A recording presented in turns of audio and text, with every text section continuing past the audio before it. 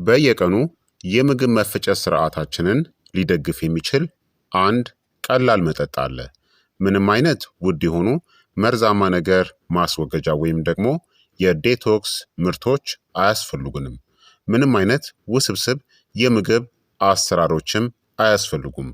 የጤናማ የዕለት ተዕለት ልማዳችን አካል ሊሆን የሚችል አንድ ብርጭቆ በፋይበር የበለጸገ መጠጥ ብቻ አንጀታችንን ለማጽዳት በቂ ነው።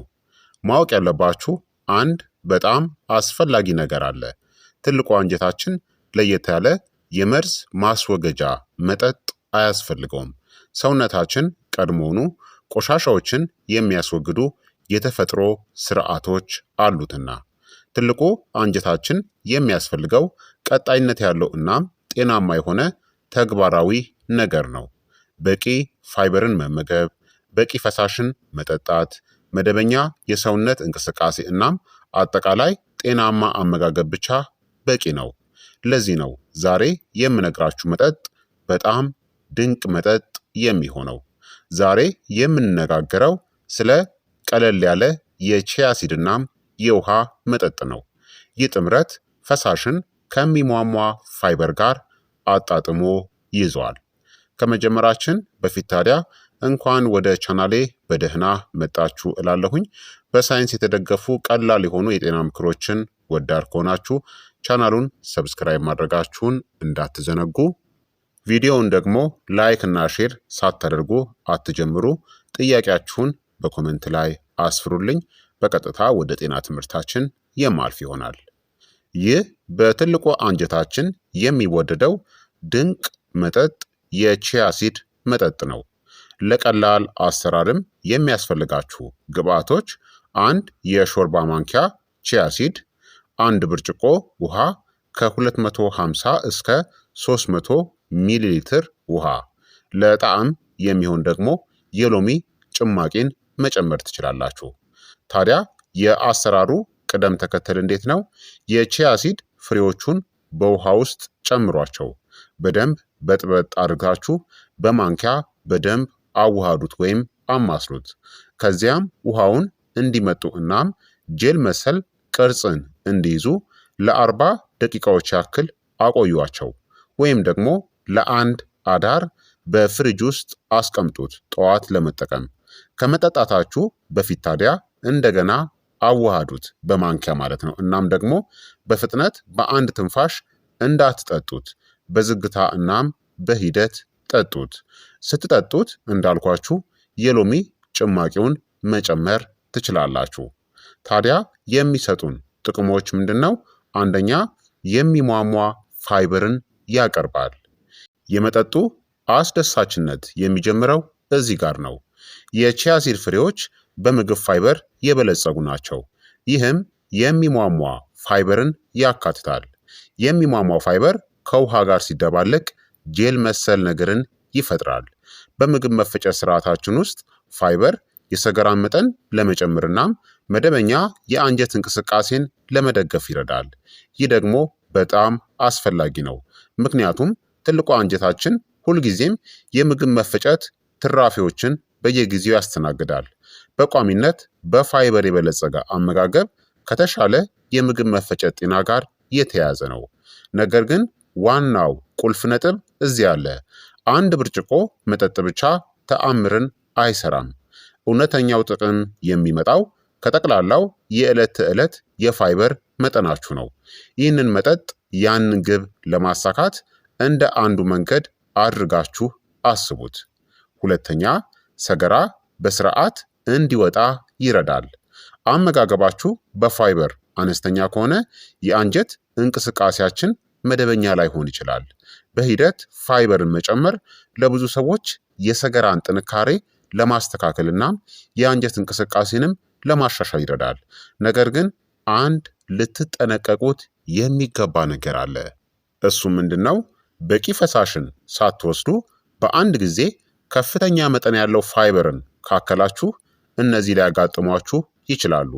የሆድ ጋዝ፣ የሆድ መነፋት፣ የሆድ አለመመቸትናም የአንጀት እንቅስቃሴ ለውጦች። ለዚህ ነው በሂደት መጨመር ወይም ደግሞ በሂደት ፋይበርን መላመድ አስፈላጊ የሚሆነው። የምግብ መፈጨት ስርዓታችሁ ለመላመድ ጊዜ ያስፈልገዋል። ሶስተኛ፣ በቂ ፈሳሽን እንድታገኙ ይረዳችኋል። ውሃ ለመደበኛ የምግብ መፈጨት ወሳኝ ነው። ፋይበርን ስትጨምሩ ደግሞ በቂ ፈሳሽ ማግኘት የበለጠ አስፈላጊ ይሆናል። በውሃ ላይ የተመሰረተ የፋይበር መጠጥ ትርጉም የሚኖረው ለዚህ ነው፣ ፈሳሽና ፋይበርን በጥምረት ያያያዘ። ሆኖም አንድ ብርጭቆ መጠጥ በቀን ውስጥ የሚያስፈልጋችሁን ውሃዎች በሙሉ ይተካል ብላችሁ በማሰብ ስህተትን እንዳትሰሩ። ጠቅላላ የፈሳሽ መጠናችሁ ትልቅ የሆነ ቦታ አለው።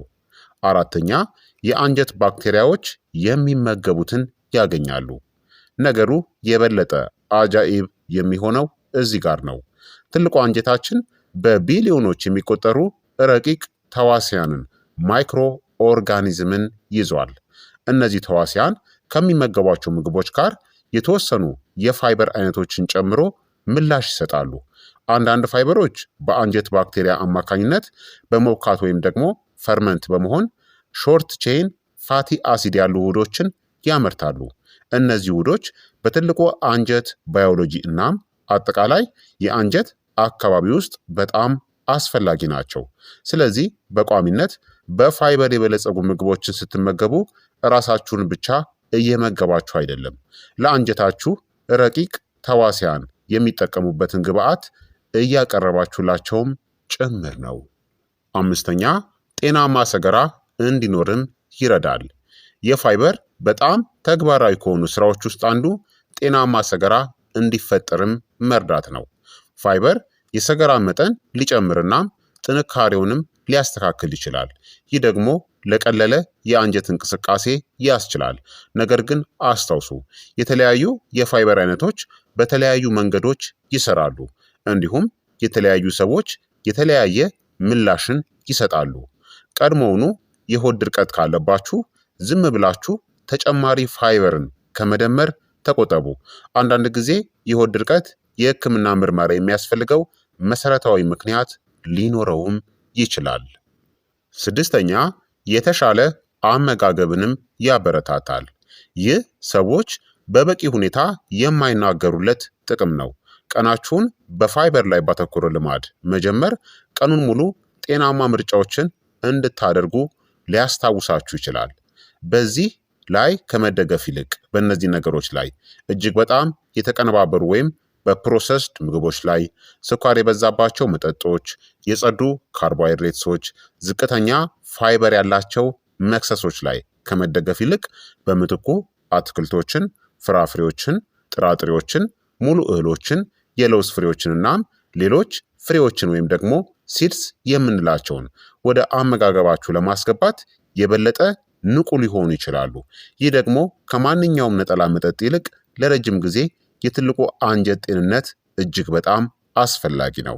ነገር ግን ይህንን ስህተት ደግሞ እንዳትሰሩ። እንድትርቁት የምፈልገው አንድ ስህተት አለ።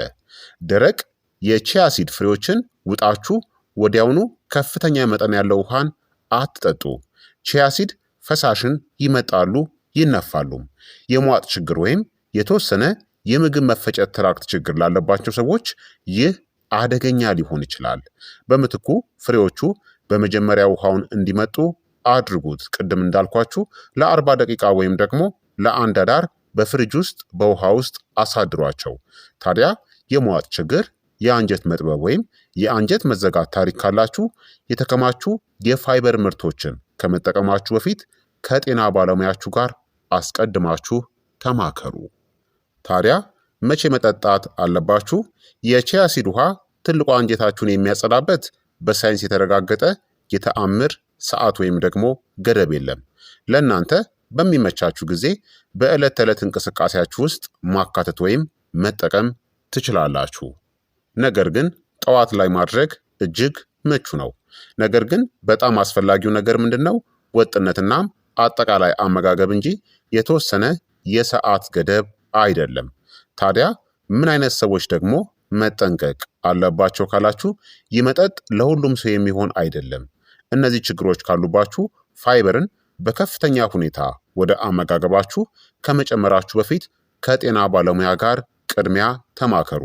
የአንጀት መዘጋት ወይም የመዘጋት ጥርጣሬ ካለባችሁ፣ ከፍተኛ የሆነ የአንጀት መጥበብ ታሪክ ካለ፣ የሆነ ወይም ደግሞ ያልታወቀ የሆድ ህመም ካለባችሁ፣ ተደጋጋሚ ማስመለስ ካለ፣ ከፍተኛ የመዋጥ ችግሮች ካለባችሁ እና ቀጣይነት ያለው ያልታወቀ የአንጀት እንቅስቃሴ ለውጥ ካለ፣ እንዲሁም በሰገራችሁ ውስጥ ደም ካለ፣ ያልታወቀ የክብደት መቀነስ፣ የሆድ ህመም ወይም በትልቁ አንጀት እንቅስቃሴ ላይ ትልቅ ለውጥ ካለ ችግሩን በቤት ውስጥ በሚሰራ መጠጥ ለማከም እንዳትሞክሩ፣ ህክምናዊ ምርመራ ማድረግ ያስፈልጋል ማለት ነው።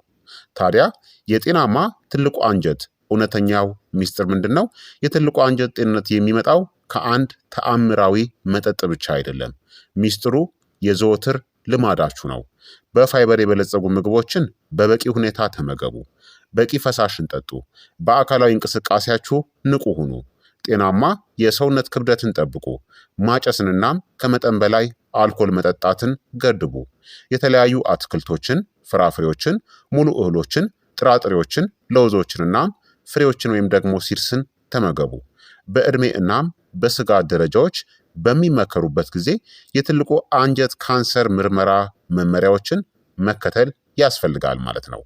አንድ ብርጭቆ የቺያ ሲድ ውሃ በዕለት ተዕለት ልማዳችሁ ውስጥ ፋይበር እናም ፈሳሽን ለመጨመር ቀላል መንገድ ሊሆን ይችላል። የአንጀት እንቅስቃሴን ሊደግፍናም ለጤናማ የአንጀት አካባቢ አስተዋጽኦን ሊያደርግ ይችላል።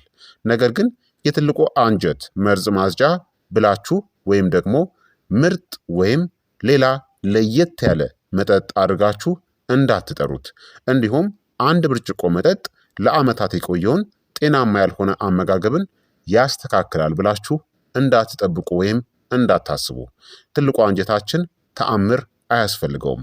የሚያስፈልገው ወጥነት ነው። ስለዚህ አንጀታችሁንናም የምግብ መፈጨት ስርዓታችሁን እድሜ ልክ ለመጠበቅ አመጋገባችሁን ጨምሮ ማድረግ ያለባችሁን ጤናማ ልማዶችን ከዛሬ መጀመር አለባችሁ ማለት ነው። ዛሬ የማታደርጉት ማንኛውም ጤናማ ልማድ ነገ ድንገት ብትቀይሩ በአንዴ ፈጣን የሆነ ለውጥን ስለማታገኙ አንጀታችሁን ለመጠበቅ ዛሬው መጀመር ያለባችሁ ቀን ነውና ምንጊዜም ቢሆን በፋይበር የበለጸጉ ምግቦችን በትክክለኛው መንገድ በአመጋገባችሁ ውስጥ ማካተት ይኖርባችኋል። የዛሬው የጤና ትምህርት እንግዲህ ይህንን ይመስል ነበረ። ይህንን ቪዲዮ ከወደዳችሁትና ከተማራችሁበት ለተጨማሪ መረጃ ላይ የተመሰረቱ የስነ ምግብ እናም የምግብ መፈጨት የጤና ቪዲዮዎችና አስተማሪ ሀሳቦች ቻናሉን ሰብስክራይብ ማድረጋችሁን እንዳትዘነጉ። እናም አስታውሱ፣ ሰውነታችሁን በጥሩ ሁኔታ መግቡት። ለአንጀታችሁ የሚያስፈልገውን ፋይበርን ስጡት። ንቁ ወይም ደግሞ እንቅስቃሴን አድርጉ። እናም የምግብ መፈጨት ጤናችሁን በጥብቅ ትኩረት መስጠት ያስፈልጋል ማለት ነው። ታዲያ ላይክና ሼር ሳታደርጉ በፍጹም እንዳትወጡ። በቀጣይ የጤና ትምህርት እስከምንገናኝ እኔንም እናንተንም ቸር ያቆየን። መልካም ጊዜ፣ መልካም ቆይታ። ቻው ቻው።